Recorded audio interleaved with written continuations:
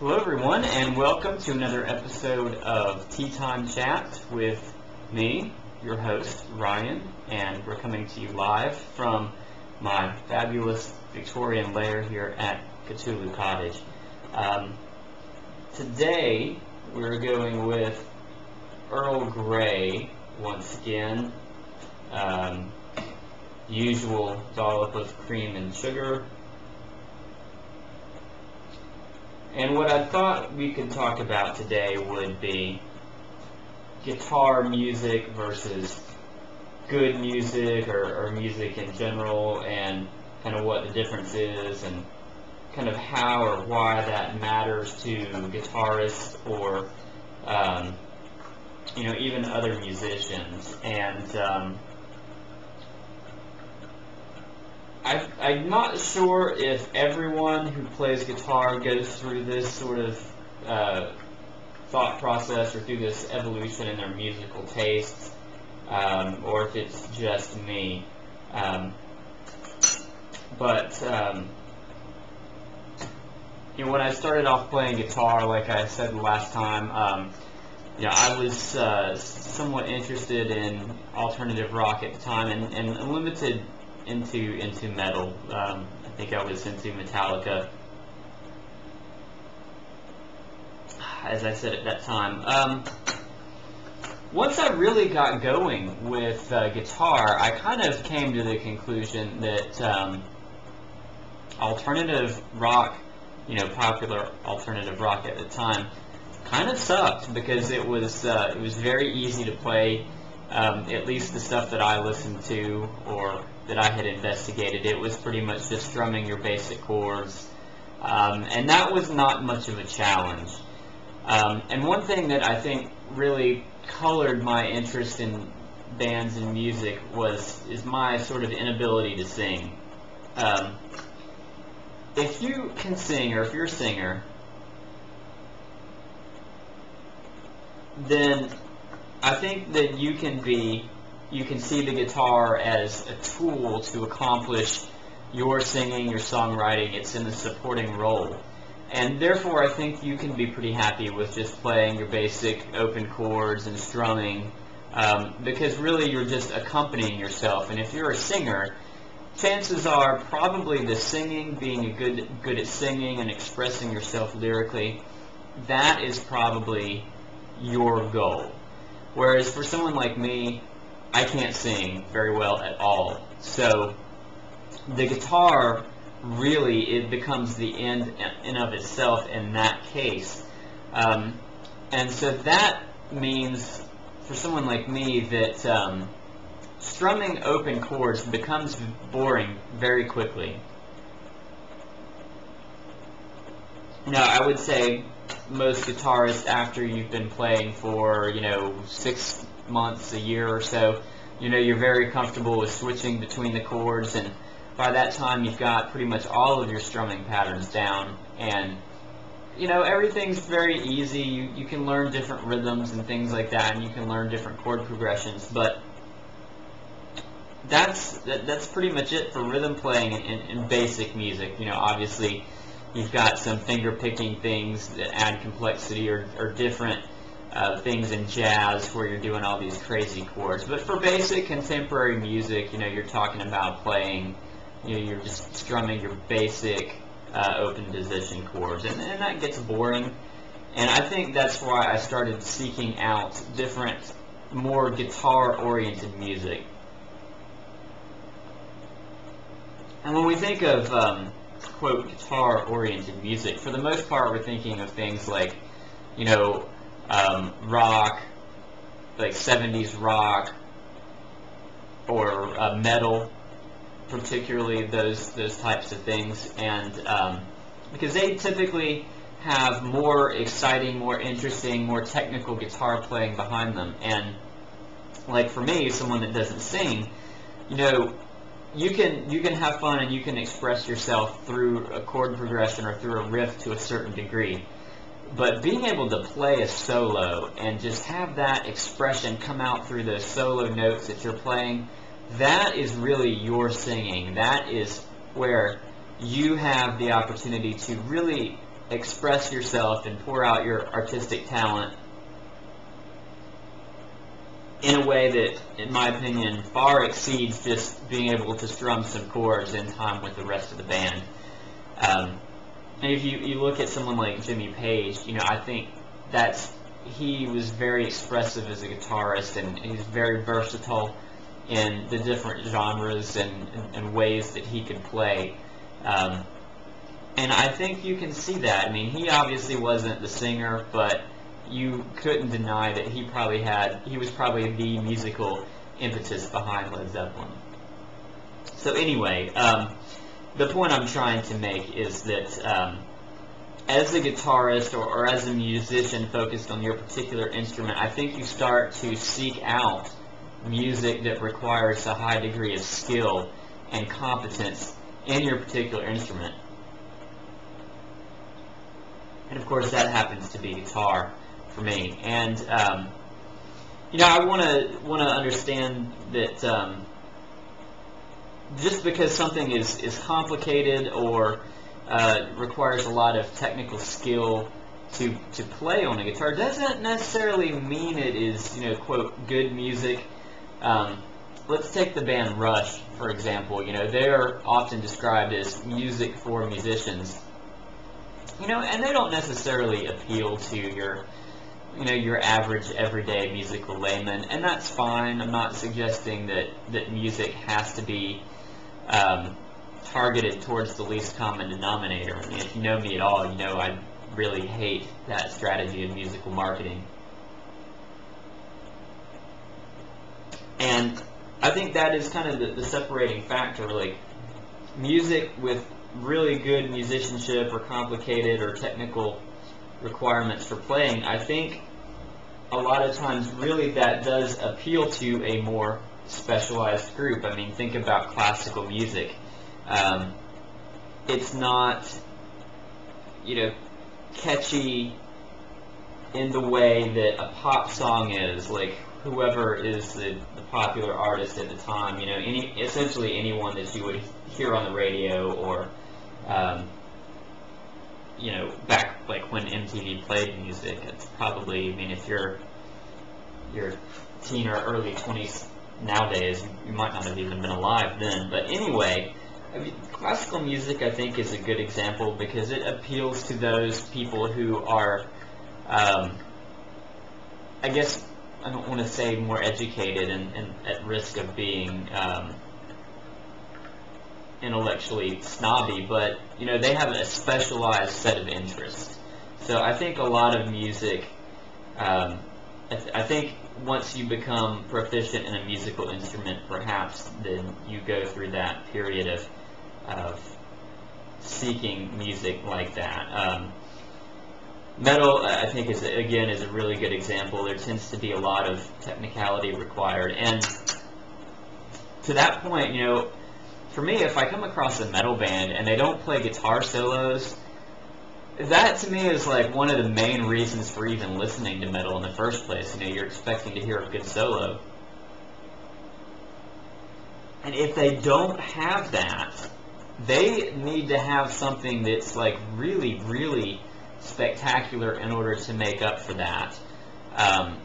Some of the genres of metal I like, have that, like, for instance, some of the black metal, those songs don't always have guitar solos, but they typically have some pretty intricate single note riffs going on. They may have some other instruments. They may have some piano in there or some violin. I'm speaking about more of the melodic black metal, of course.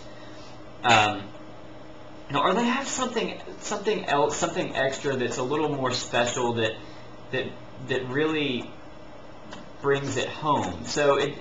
And that's where I think you come to a point as a fan of music, if you're a guitar player, where you realize that you don't always have to have a great guitar solo or great guitar playing to be good music. Throughout high school and a good bit of my early college, I was like in this mindset where the only music I'm going to listen to is your basic drums, bass, guitar, type of music. I wouldn't consider anything else. And then, and that was through most of high school, and again, I got into true alternative, like indie rock, college rock type stuff.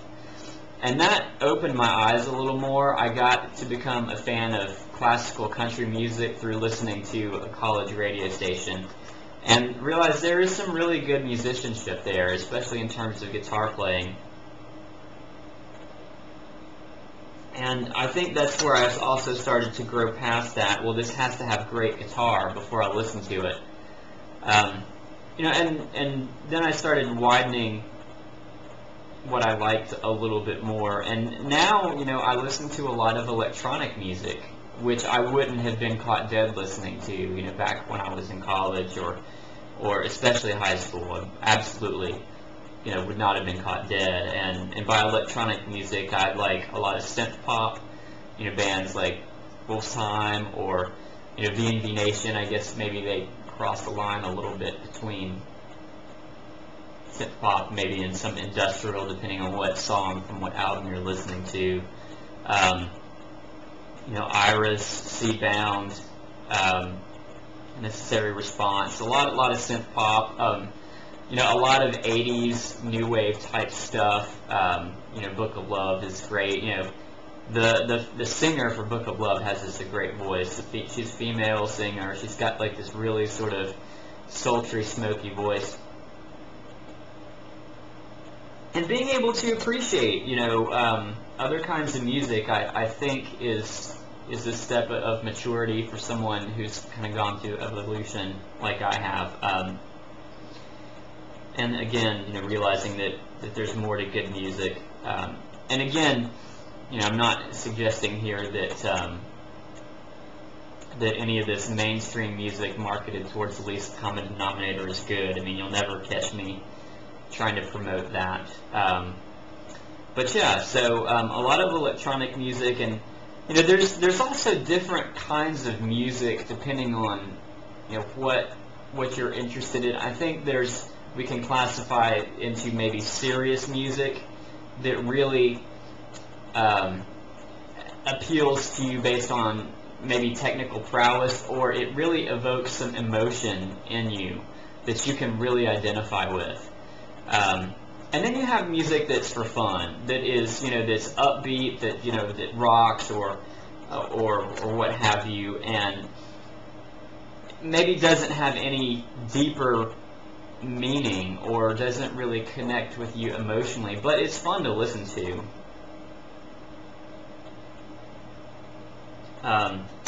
The Donnas would be a good example of that. They're a great band. They've been around for a long time at this point, but they very much just kind of straightforward rock type, kind of like almost a resurgence of older rock. They have some really good guitar playing. At least the second and third albums they put out had some really good solos. I think maybe the fourth album or whatever, getting into that, they kind of decreased the amount of guitar solos and things that they played a little bit. The Misfits, the whole horror punk genre, Misfits, Calabrese, would be another good example of that. I mean, it's fun music. God goodness, are we out of tea already? I guess we are. That has a real fun aspect to it. And in some cases, some of the heavier music can also have can be a real catharsis. If you're having a bad day or you're really frustrated, you want to put on some Dimmu Borgir or some Amon Amarth or some Cradle of Filth or whatever, and you just want to it just helps you release. I mean, you're just like, like Manowar, you're just going to smash the skulls of all who defy you. Or likewise, like if you're feeling really down or whatever, and you want to enhance that, or you want to commiserate, the classic country is a great way to go. Some bands like BR549, well, they're neoclassical or alternative country. Porter Wagoner, Patsy Cline, all those kind of groups, you can really, if you're feeling that, you want to identify with that sort of sorrow, mournful attitude, that's a great way to do it. Likewise, there's a lot of synth pop. That can, some of those songs have a very sort of sorrowful, romantic attitude to them, and and you can connect with that. So since we're about out of tea here, we're about out of time. But I guess the whole point of this video blog today was just trying to think about, what kind of music is out there that appeals to people that are musicians, and how you can think about it. And again, with something we didn't go into is a lot of guitar music. Like Yngwie Malmsteen, for instance, is a great example. I like him. I feel like he's more than just a shredder. He's got something special to a lot of his stuff, but a lot of his lyrics are really cheesy. He's never really had a hit. Like, most of his best stuff is his instrumental stuff. And don't get me wrong, he's had some good singers through the years, and like his song "I Am a Viking" is pretty awesome. But he's also had some really bad singers. Like, he had this one album where he just had this really horrible 80s, like, smoked too much cigarette, kind of bleeding heart, badass, hair metal singer sound, and it was really awful. But anyway, so that's being able to make a distinction, I think. And another thing is, people like predictability, and so a lot of the stuff that I do, a lot of the improvised stuff, people don't necessarily like it. It's not as fun to listen to as it is to play, which is why I think people don't necessarily like jazz or whatever, or blues necessarily. And I can't say that I'm really a fan of jazz or blues, but I recognize that sometimes certain kinds of music is a lot more fun to play than it is to listen to. So we'll just leave you with that thought. Cup's empty. It's time to stop. Thanks for joining me today. And I'll be posting a video within the next couple days. It'll be kind of a reggae improvisational jam. So hope you check it out. Please subscribe if you haven't, and we'll see you soon.